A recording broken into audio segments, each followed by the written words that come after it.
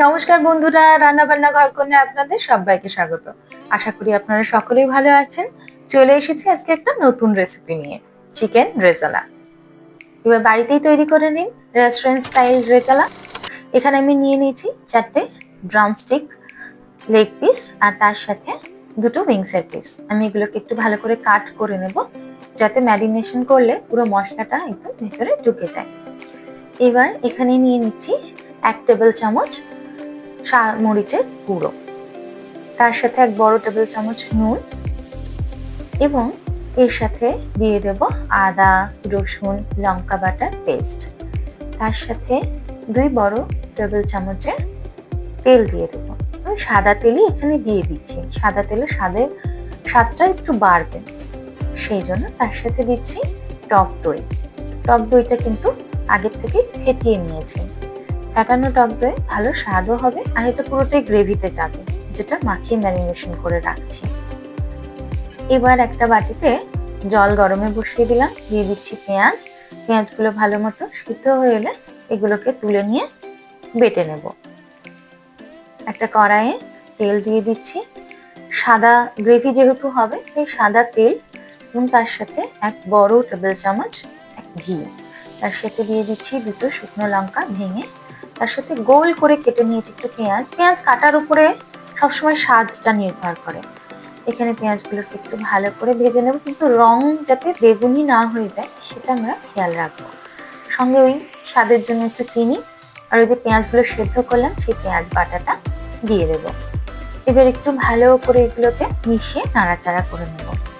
রেজালার মশলার মধ্যে এবার দিয়ে দিচ্ছি চিকেনের পিসগুলো, যেগুলো ম্যারিনেশন করে রেখেছিলাম। আমি কিন্তু ম্যারিনেশন করেছি মোটামুটি সকালেই, আর এই রান্নার সময় সেটাকে ব্যবহার করছি ধরে নিন 6 ঘন্টা প্রায়।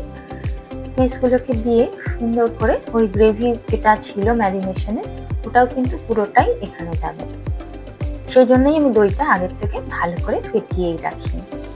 দেখুন এটা খুব ভালো করে নাড়াচাড়া করে এখানে দিয়ে রাখলে হয়ে যাবে। আর রেজালাতে কিন্তু এক ফোঁটাও জল লাগবে না, এই গ্রেভি যেটা দিলাম না এটা দিয়েই পুরোটা হয়ে যাবে আর এত সুন্দর স্বাদ হবে, অসাধারণ। এবার এটাকে একটু ঢেকে দমে রেখে দিচ্ছি। দম থেকে খুলে একটু লবণ ছড়িয়ে দিলাম স্বাদ মতো। লবণ ছড়িয়ে দিয়ে আবার একটু ভালো করে নেড়ে চেড়ে নেব।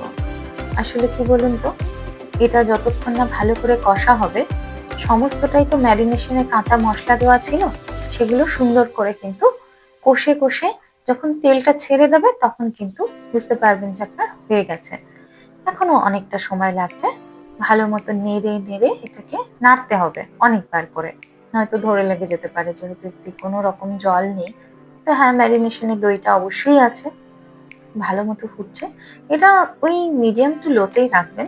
আমি দিয়ে দিচ্ছি একটু ধনে গুঁড়ো, তেলটা ছেড়েই দিয়েছে প্রায়, দেখুন বেশ ভালো মতো। এই পরিস্থিতিতে দিয়ে দেবো পোস্ত বাটা, তার সাথে কাজু আর আমন্ড বাটা। এটাতে কিন্তু সাদা গ্রেভির টেস্টটা আরো বাড়বে সুন্দর মতো করে।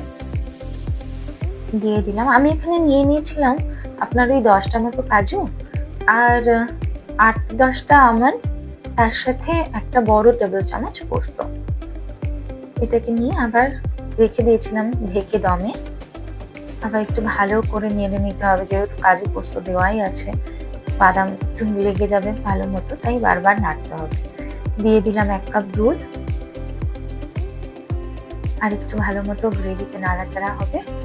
এটা হচ্ছে স্পেশাল মশলা, এটাই কিন্তু রেজালার মশলা। এখানে নিয়ে নিচ্ছি তেজপাতা, তার সাথে এলাচ, দারচিনি, বড় এলাচ, জায়ফল আর জয়িত্রী। এগুলো সবকটা আমি কিন্তু ভালো করে রোস্ট করে গুঁড়ো করে নিয়েছি শিলে। তারপরে এটা ছড়িয়ে দিলাম আর শেষে দেখুন একদম হয়ে যাওয়ার আগে আমি ধনেপাতা দিয়ে ছড়িয়ে খানিকক্ষণ এটাকে ফুটতে দেবো একদম ধিমে আছে। এবার কিন্তু রেজালা রেডি।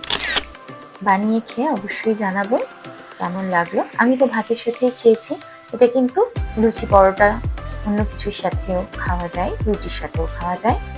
কমেন্টস করবেন, কমেন্টসে জানাবেন কেমন লাগলো। লাইক শেয়ার সাবস্ক্রাইব করতে ভুলবেন না। দেখা হবে আবার নতুন একটা রেসিপি।